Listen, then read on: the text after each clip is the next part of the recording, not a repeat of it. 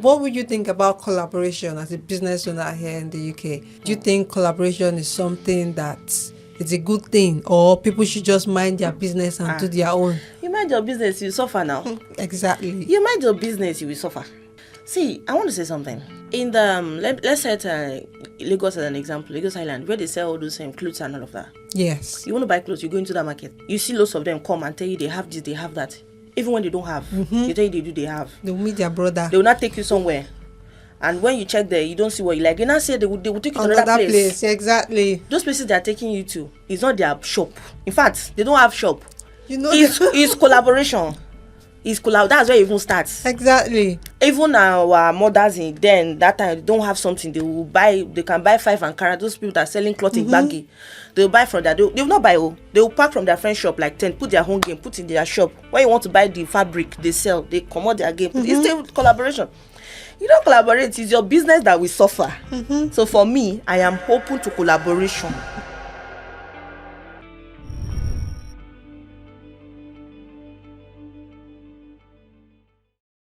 Welcome to another episode of the Entrepreneur Series by the Diaspora Code, a platform where we explore the stories, strategies, and journeys of African entrepreneurs in the diaspora. I'm your lovely host, Precious White, and today's conversation is something I'm genuinely excited about because we're joined by a remarkable guest. Now, she is someone who is redefining skincare through a powerful blend of culture, science, and intentional practice. Now, I'm talking about from building a recognized brand in Nigeria and expanding down to the UK and establishing a certified aesthetic clinic. Her journey is one of resilience, growth, and vision. Now, she's no other person than Damiti, the founder of Dammytee Natural. You're welcome. Thank you. Thank you. Oh, so how are you doing today? I'm fine, thank you. All right. So now tell us about yourself and your story on how Dammytee Natural started. Well, firstly, my name is Etombra Aderemi, and popularly known as Damiti. A lot of people call me Damiti. They don't even call me my name. They see me, they just call me Damiti. The brand started from Nigeria, since 2017. We've had this passion for skincare and beauty. And then we decided to establish it to the UK. And then been doing well. We are located in Darlington. Our clinic is there in Darlington. We're like the first Black African aesthetic clinic in Darlington at the moment. Yeah, so we offer advanced treatment, skincare products, and help women gain their confidence. That's it. So what inspired you to start up a skincare brand? You know, growing up, I've seen people struggle with their skin, most especially women. You know, when it comes to stretch marks, a lot of people feel less of themselves the moment they start having childbirth, start having children. I mean, they start having those skin blemishes and all. And then there are women that don't even feel confident enough to look at the mirror to say they want to dress up or do anything because their skin, their mental health has been dealt with. And in so many cases, some has been genetic, some cases like hyperpigmentation and all of that. Yeah. So I just want to be the reason why people smile. I feel like I can do something. I can, because normally I've loved beauty right from day one. I've been a fashion person, so I feel like this is what I want to do. And then I decided to set it up, and it's been well. We've had lots of reviews, and over the years, it's been something I enjoy doing. Yeah. We're at your opening in April 2025. Okay. And how has it been for you all the way from that time up until now? Let me take a deep breath. Because one thing I want to do is take a deep breath first when you ask this question. It's not been easy, but it's hard to give up. Because knowing fully well how I started and why I started, it's hard for me to say, I want to close it up. I'm not doing it again. No way. Because then a lot of people are also looking up to me to say, oh, damn, you're doing this because you're doing this. So for every reason, it's not been easy, but it's rewarding. Yeah. So it's hard for me to give up, and that's it. Wow. So now, Looking back, how does it feel knowing that you have pushed through all those moments, even when you felt like giving up? I feel good because one thing about Africans is the resilience. We don't give up. It's hard. We don't give up. And so when I sit down, I see there might be times I grumble, I struggle. I feel like, why am I doing this? Why have I done this? But at some point, when I pick it up again, I win. I'm always happy I'm able to pull through. I feel like, oh, finally, what if I had given up? Yes. So I'm not always all over negativity. That's me. I'm always looking forward to the positive side of life. That's it. So how have you been able to, manage your customers, have them come back, retain the loyal customers? It's not easy. I would say, I keep saying it's not easy, and that's just the truth because it's not easy handling and working with different women, different people. Yes. Women, we used to say we are problematic. They used to say women, we like trouble. But then again, they are my gender. Yes. I can't push them away. And they are the reason why my business exists. So that clinic is for them. So no matter what they do, I have to always be available for them. I have to be like a shoulder for them to cry on. And customers love to be heard. Customers love to be seen. So set aside the fact that it's like an exchange. You want to pay for a product and you want to get service for what you paid for. So one thing is paying and one thing is getting value for what you pay for. So how I've been able to retain them is by understanding what they want exactly. Even when things is not going right how they plan or they wanted, there's always way we undo things, approach things, So our customer review so far has been about 4.8. Wow. And we've not had any complications, any issues so far. Everything has been handling as in manageable and okay. Yeah. So that's all. Oh, that's Yeah. nice. So how do you handle a difficult customer? Because I know definitely there'll be somebody, no matter how good you do it, Yeah. when you give your best, they will still have something to talk about. To be very honest, I get this question a lot. Even from one of my students recently, and then this lady that also came. We have a student from T-side currently doing her internship, and when she came in, she recently asked me, Dammy, there are lots of cases where I expect you to spark up for so many reasons, and then the way you keep calm is quite shocking. Is it because we're in the UK? That was what she said. And I said something. I said it's not because we are here. Even if I've been in Nigeria, it's still going to be the same way I handle my customers. I buy in other places. I do business with other people, and I wouldn't treat people the way I would like to be treated. Yes. I said so. When we have a difficult clients, we have clients that are actually being so hard. We try as much as to handle things. Me, I love to stay professional. That's me. I love to approach them softly, no matter how hard you are. And even when you really want to be toxic, I just have this friendly, cool vibe of mine, to be honest. I've never had any personal beef with a client. Yes. It's really rare because by the time you walk into my clinic, you laugh, you forget your sorrow. That's me. The moment you walk in, even where you're going, you will gist and before you know, you even forget why you are there. So I've never had the experience of having a very toxic client. But then again, when they come around, we always have a way around it to handle them. That's it. Wow. So can you walk us through the services that you offer and who they are best suited for? Well, we do facials. We do facials like derma planning, microneedling. We do like chemical peel, basic facials, even for men. We do also pregnancy glow for pregnant women that want to look good, We do teeth whitening. We do fat dissolve. We do so lot more. We do trainings as well. And what else? So a lot of things. So you have it's just we do lip traditionally blush. It's like a one-stop beauty for everything you need. Yes. We also have a salon section now. You can always come in to make your cornrow, your styling, your makeup. So we currently set up a new place as well for we just set up a new space for the nail tech as well. So once a place that when you come in, you can get everything done without having to leave and go and book an appointment somewhere. Yeah. You can just say, oh, this day, today, tomorrow I'm going to Dammitee's place and I want to do everything for myself. So that's it. We do everything beauty and everything aesthetics, yeah. And I think that's the question. That's it, Am I being actually. naughty? So, in your own opinion, why you think most business owners struggle with their businesses?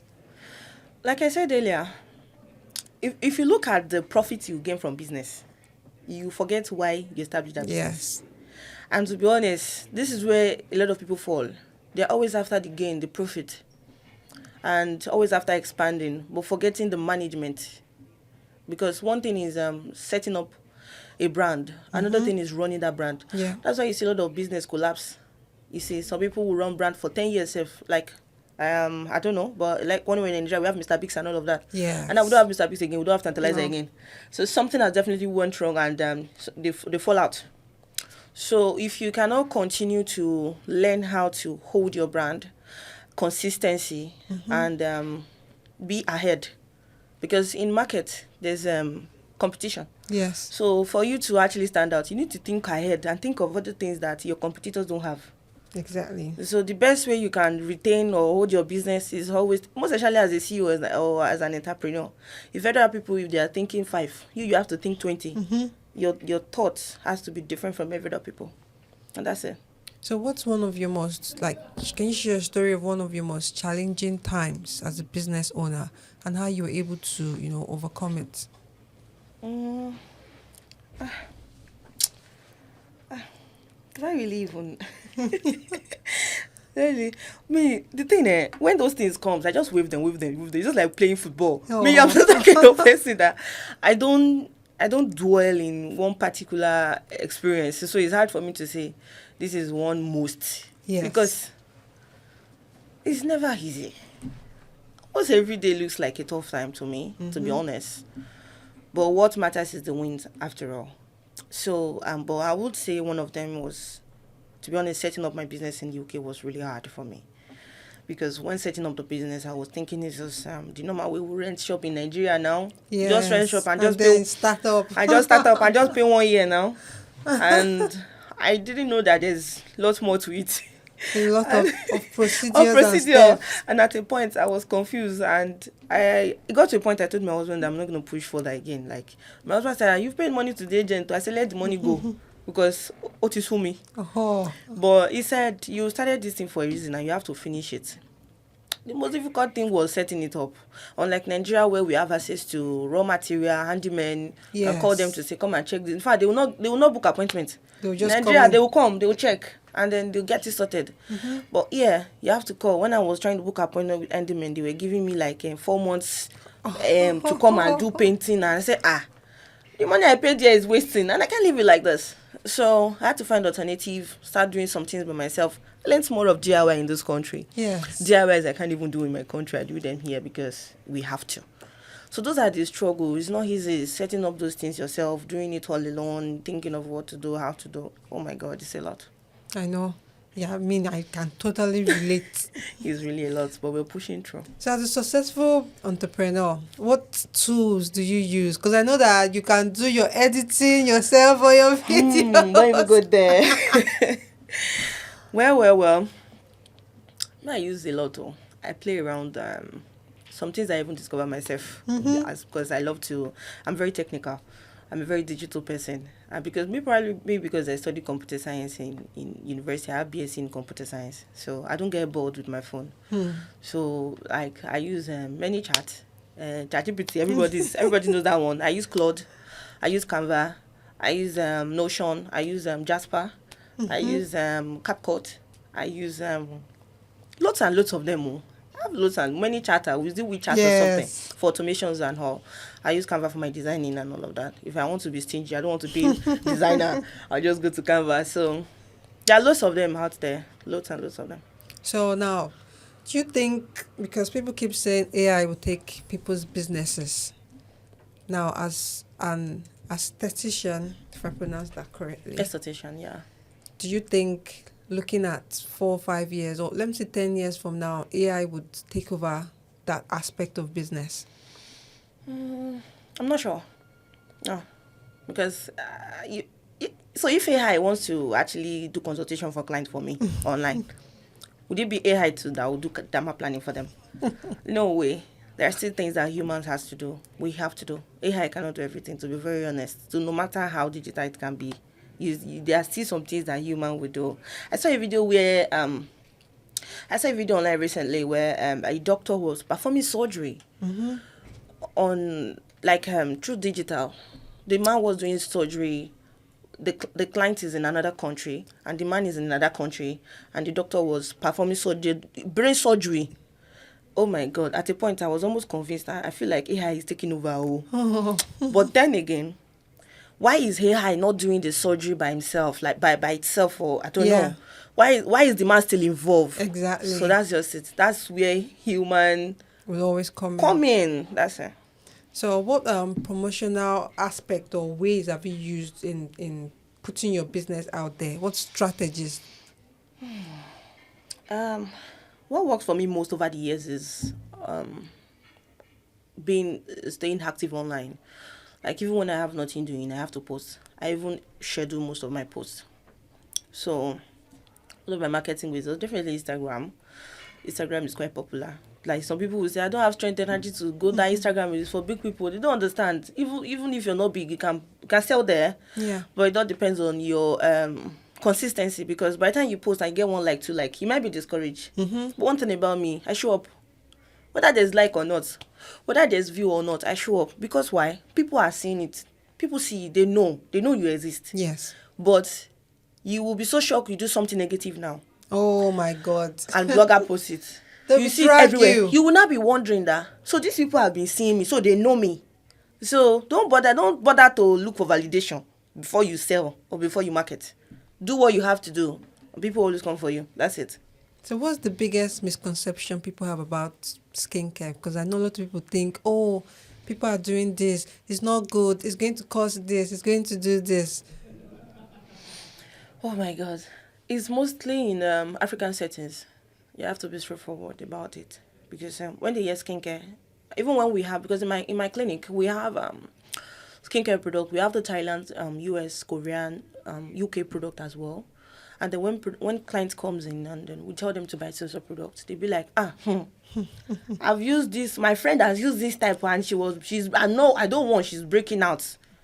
That's your friend. Yes. Not you. So another thing they believe is that every African product introduced to them is bleaching. They have that mindset. And I'm here to change it. Because they can actually have a good skin without, bleaching. Yeah.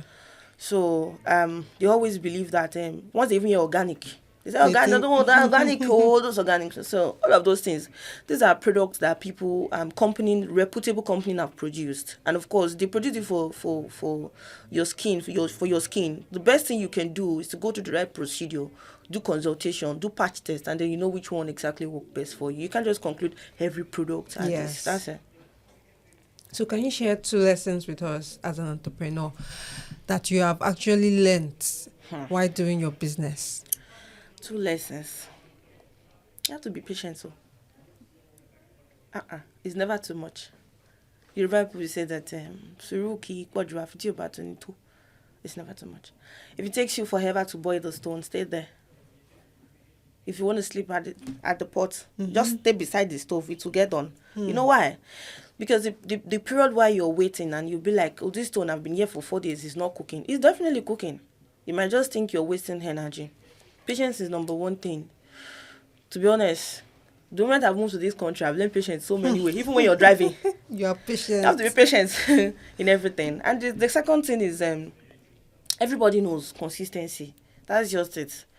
It will not work if you do it once. And like I have someone that sent me a message recently. I said, Damiti, because I think she's tired of doing 9 to 5 and she wanted to do business. And she said she tried to do business and she's been posting and nobody is buying. And then now she's discouraged. She don't want to push further again. And I told her, how long did you post? She said, for like 2 weeks now, 1 month. I just laughed. I said, some people have been posting for 1 year. And then they don't sell. They keep posting. You have to just check the pattern which you are selling. Yeah. The strategy, the community, the location, the technique. Change something. It will work well. So consistency is one thing. Patience is another thing. That's 2 things. You ask for 2 things. I don't want to say so much. Those are the 2 things. Consistency and patience. So now, That's it. what do you think? Because, you know, a lot of this comes from African mentalities and how they see things. I guess maybe because of where most of us are coming from. Yeah.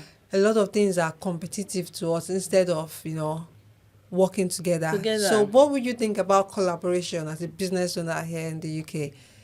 Do you think collaboration is something that it's a good thing, or people should just mind their business and do their own? You mind your business, you suffer now. Exactly. You mind your business, you will suffer. See, I want to say something. In the let's set Lagos as an example, Lagos Island, where they sell all those clothes and all of that. Yes. You want to buy clothes, you go into that market, and then you see lots of them come and tell you they have this, they have that. Even when they don't have, they tell you they do, they have. They'll meet their brother. They will not take you somewhere. And when you check there, you don't see what you like. They now say they will take you to another place. Exactly. Those places they are taking you to is not their shop. In fact, they don't have shop. You know, It's collaboration. That's where it even starts. Exactly. Even our mothers in then that time, they don't have something. They can buy 5 Ankara. Those people that are selling cloth in baggy, they'll buy from that. They will not buy all. They will pack from their friend shop like 10, put their home game, put in their shop. When you want to buy the fabric, they sell. They come out their game. It's still collaboration. You don't collaborate, it's your business that will suffer. So for me, I am open to collaboration. Any brand that wants to collaborate with me, even when we're on the same field, please let's explore together. Exactly. That's it. So now how do you manage boundaries in terms of, you know, families or close friends coming to patronize you in your business? Because one of the cases for most business owners is when people that know them come to patronize them, they will be less professional because, oh, I know you now, let me take this, I'll give you the money later, or they just show up whenever. So how do you put that boundary? How do you you know, put them in their place without throwing them off? Oh my God. So firstly, you need to understand that you set up a business and not a charity organization. It's a business. And business comes first. You don't mix business with pleasure. And that's why when you're doing business, even when you're running your business, you don't put family people there. Exactly. Because you won't be able to handle things the way you're supposed to. Even when they mess up, you won't be able to correct them or talk to them. Pay people, pay them. So when they mess up, you know how to go out for them. You know how to handle them, how to hand them over to the law. Nobody will tell you, So in the same way, when people come to patronize you, you can be so friendly with them, but definitely your no has to be no, your yes has to be yes. My business policy is in my office on the wall. I stick it there. So the moment you walk in, you even when you're coming as a friend, you still have to. If you respect me as a friend, as a family, then you have to respect my policy. And that's it. I'm not going to turn anything down because I want to please you because you're my family. Yeah. No. That's it. So looking ahead, where do you see Dammytee Natural in the next 5 years? I'm not giving up. We'll keep pushing. Ibo. Next 5 years. All over the world, by God's grace. Like I said earlier, more branches. More branches. We're already doing some things. I don't want to talk about here, but we're not relenting. That's just, I like that name should just keep keep growing, flying. When my kids go anywhere, people should just, Dammytee here. So I want to be known positively, globally, for this beauty business, of course, and doing it really well. You know, like go to China, source products, this, because I'm currently, one of those things I'm setting up now is like a place like a warehouse, like a showroom. You know, those things that people need to set up the aesthetic. There are some people that send me DM, they want to set up aesthetic clinic as well. They don't even know how to go about it. Some of them want to buy those materials. They don't even know how to source them. So want to have like a showroom where we sell those, go bring them in from China wherever I wish to bring them in from. And then you have easy access to it. You can always walk into the showroom and say you want this spa bed. You also want us to set it up for you. It's fine. So those are like one of those things we're working on. Wow, that's nice. Well, we are definitely going to get there. Dammytee is definitely going to get there. No leave, no transfer. Whooping. So what words of encouragement do you have to African entrepreneurs, people out there who are looking out to start their business or already in business? Words of encouragement is definitely not giving up. Now we'll give up, now you lose. Yes. It's just the usual thing, no give up. And when you don't give up, you don't lose, be that. And you don't have to wait till you have it all to start. I used to tell people, your mindset has to be ready before you're financially ready. So that when you have that money, you already know what you want to use that money for. It's not, you don't wait till when you have the money to make planning, make your plan, have your strategy. So by the time you have the access, opportunity to get funds, then you know what you want to do with the funds. So make your mindset open. And then that's it. There's a lot, but those two things is very, very important. Mindset ready before you get your business started. And never give up, no matter how it shake you. Wave van they go. Because you don't go ahead. That's it. So being the first Black person to own an aesthetic clinic in Darlington, how has it been for you in terms of you being Black? Reception has really been so good. The hospitality around me, encouragement. You know, when people even come in, like I said, that's why I said earlier that I've not had issue with anybody. The positivity, when a lot of people come and say, Dammi, you're doing well, you're doing well, we are proud that you're doing this. So Wow. words of mouth has also come a long way for me. Referrals. So it is, the turn up is great, it's nice. Yeah, even the white community too, the turn up is massive. Wow. When they come, they feel relaxed, me handling their skin. There's no racism and all of that. So Wow. yeah. That's lovely. I mean, that's something that at least that alone, the positivity of that should even encourage you to even do more. Exactly. Now, in terms of funding, how were you able to, did you get funding? Did you apply for one? Because one of the things that most African entrepreneurs tend to struggle with is capital, how to get funding for their business. Hey, you see that funny part? That's a talk. My mouth go pale. Because when I wanted to set up my business, I tried to apply for funds in some banks, and I was not approved. I didn't get approval because they said my business is just starting. So I have not gotten to that level where they can sponsor me or give me funds. So that's why I said there was a point I almost gave up, because the capital I have from my own pocket wasn't enough. And then I felt like in this UK that everybody's going through a lot, so I won't go borrow me money. And my status in the society, it's quite hard for me to say somebody should borrow me money. So most times when I'm broke, just see me cranky, because I know definitely nobody's going to believe that I need that thing. So there are times that I just stay in my own corner. So during the process when I was setting up my office, there was no access to any loan or something. That's why I say it was really hard. It was with my hard-earned money, my savings, no funding. I have to be honest.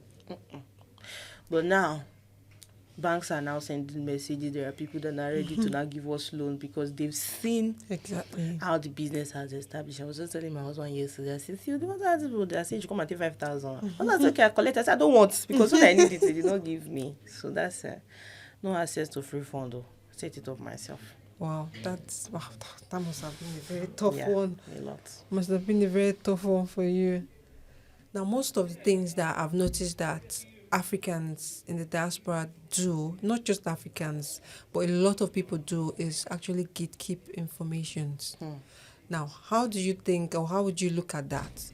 Do you think it's something that it's a good thing? Because apparently people feel, you have to pay for this, or they just don't want to share those informations. It's actually not fair, to be very honest, because if everybody monetizes their knowledge, then we'll all be broke. Yes. Let me put it that way.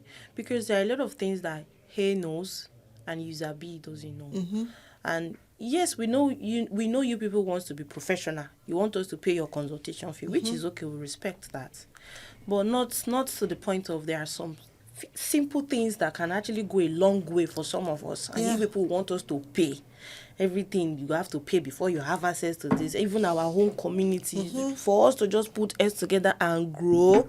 No, now. So You have to learn how to share information. It's not going to change who you are. And this is where the collaboration part comes in. It's not going to change, they sell this, they sell. No, it's going crazy now on social media. It's just nobody wants to share free things. They just go to say, come and You take need to consultation. pay. This is what I say. So it's I'm unfair. selling my knowledge and my book. Honestly, yeah, they call it digital whatever, and now it's unfair, to be honest, because a lot of people need some people are so stranded now. They don't know what to do. Yeah. It's not everybody that wants to go on. In fact, I don't even use to consult ChatGPT for stuff like that, because it might just it's AI now. So sometimes you need to, and this country every day they change rule.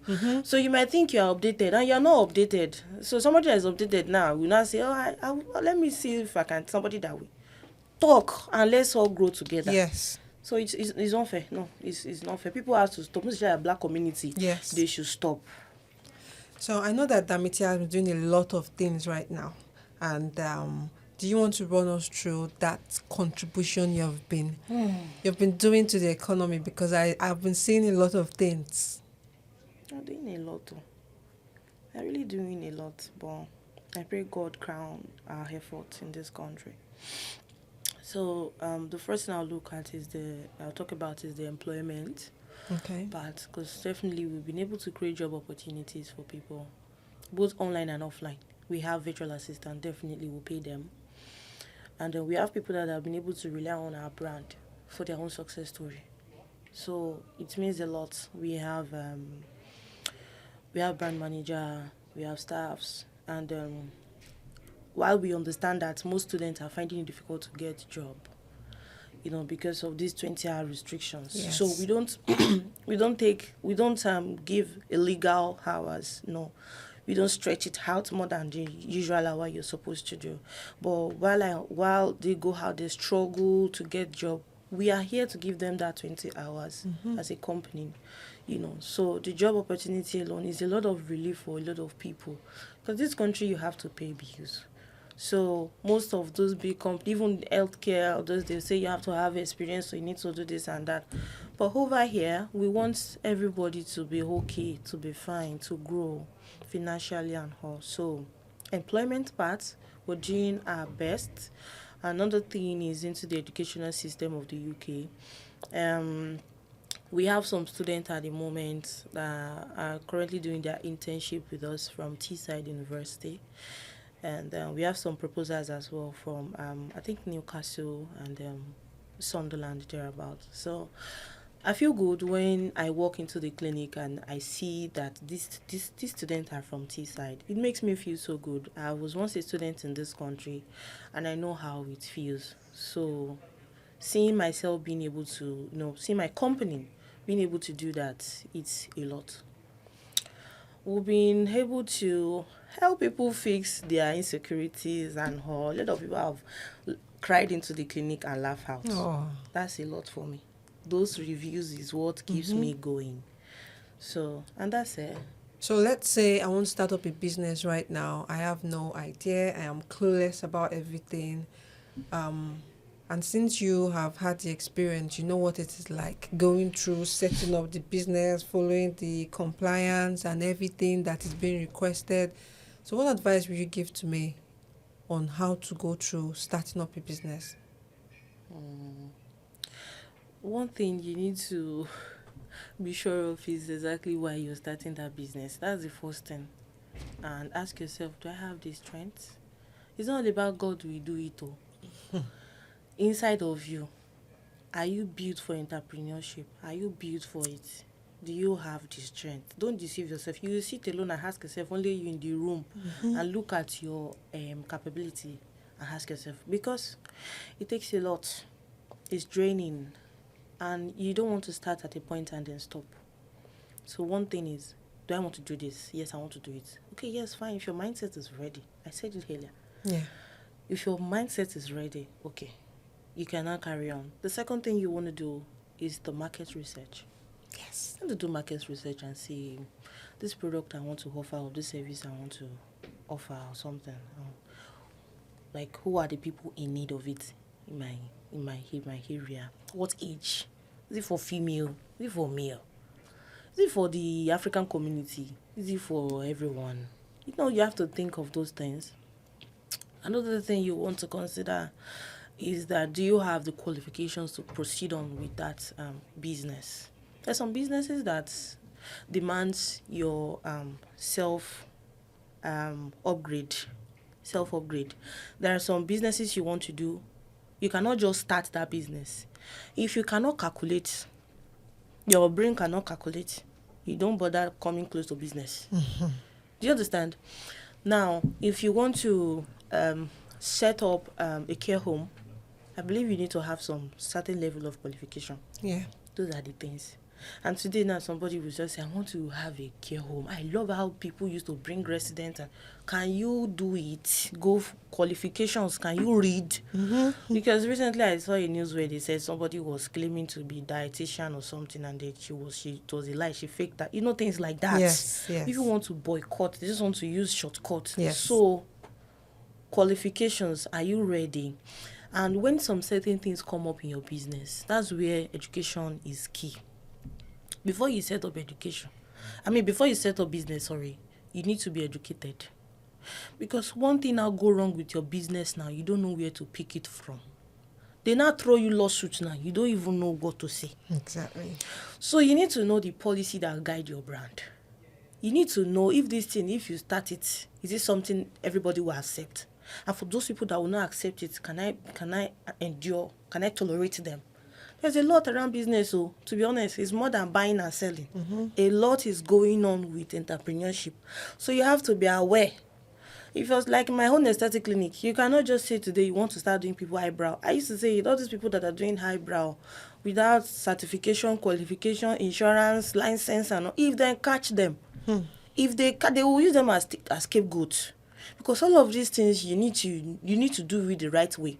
Some people will tell you they want to go to, because the training fee here is expensive.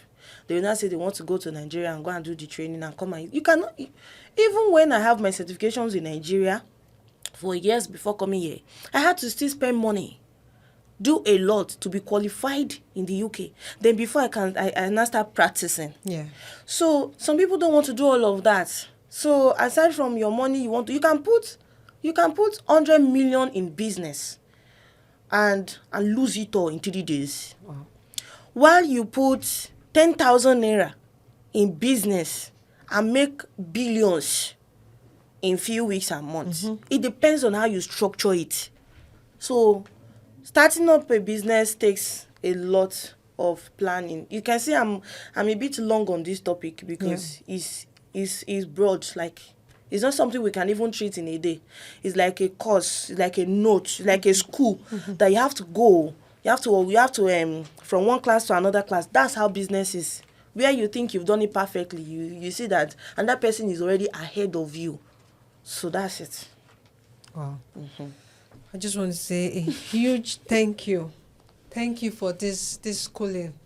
It's been a good one having you here with us today. I want to say thank you for sharing your journey, your knowledge, everything to us here. I'm sure those who are listening, they would have gotten something, because if you do get something, wow. Before we actually end this up, I would want you to tell us where your business is located, how people can find you easily, because I know there are a lot of people that would... I actually met someone who was scrolling and said, oh, I want to do my brows. And then she's like, oh, I want to go to this lady. I don't know her. And I'm like, I know her. And she's thinking, like, I said, I know her. Don't worry. I can vouch for you. Go. So she was trying to, like, okay, in Darlington. So if you can just tell us your address, where you are, and how people can find you easily. Yeah, our office is located in Darlington Town Center. Quite accessible. It's very close to the train station, and bus stop is just right in front of my office. Like I used to tell people that come from Middlesbrough, Stockton, and all of that. In some cases, I tell them not to bother driving, because it's just right. Bus stop is just right in front of the office. So we are right in the floor 42A, Topware Row, and just right in front of Greg's or Tesco. That's where you can locate us. And also on Instagram, you can search for Dammytee Natural. And if you find it difficult to get access, just go to Google, put Dammytee there, put Dammytee Natural there. It will take you straight to where we are. Yeah. Thank you so much. So if you've been listening and you gained something insightful today, Well, this is your sign for you to start up your business. You don't have to wait because there are people who are doing it already and they're already making their dreams come true. So you don't need to keep sitting back and waiting. So we've come to the end of this episode. If this resonated with you, don't forget to click and subscribe to our YouTube channel. Until then, I see you in the next episode. Take care.